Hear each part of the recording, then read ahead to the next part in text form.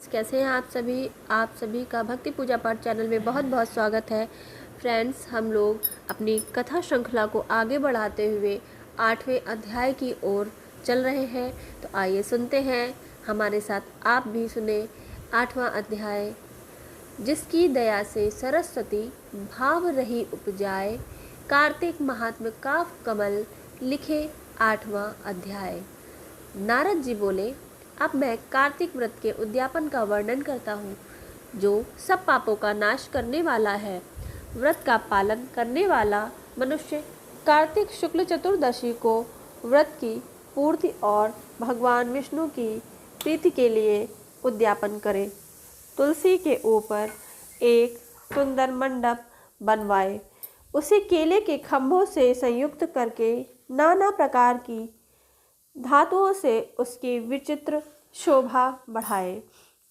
मंडप के चारों ओर दीपकों की श्रेणी सुंदर ढंग से सजाकर रखे।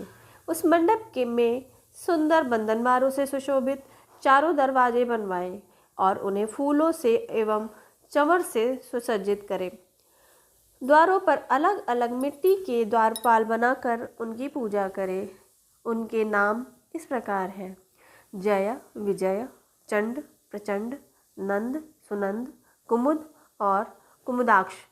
उनके चारों दरवाजों पर दो दो के क्रम में स्थापित कर भक्तिपूर्वक पूजन करें। तुलसी की जड़ के समीप 4 रंगों से सुशोभित सर्वतो भद्रमंडल बनावे और उसके ऊपर पूर्ण पत्र तथा पंचरत्न से संयुक्त कलश की स्थापना करें। कलश के ऊपर शंख, चक्र, गदाधारी भगवान विष्णु का पूजन करें। भक्तिपूर्वक उस तिथि में उपवास करें तथा रात्रि में गीत, वाद्य, कीर्तन आदि मंगलमय आयोजनों के साथ जागरण करें। जो भगवान विष्णु के लिए जागरण करते समय भक्तिपूर्वक भगवत संबंधी पदों का गान करते हैं, वे सैकड़ों जन्मों की पाप राशि से मुक्त हो जाते हैं।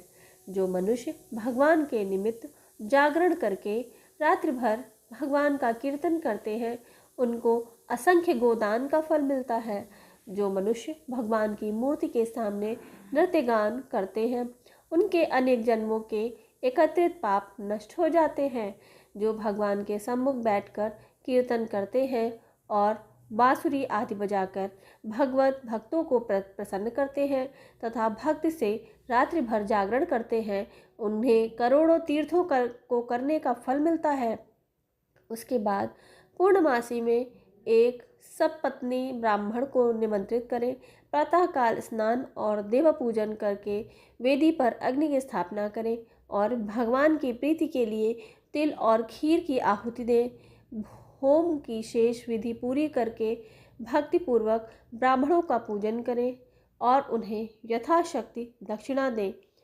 फिर उनसे इस प्रकार क्षमा प्रार्थना करें: आप सब लोगों की अनुकंपा से मुझ पर भगवान सदैव प्रसन्न रहें। इस व्रत को करने से मेरे 7 जन्मों के किए हुए पाप नष्ट हो जाएंगे और मेरी संतान चिरंजीवी हो। इस पूजा के द्वारा मेरी सभी मनोकामनाएं पूर्ण हो।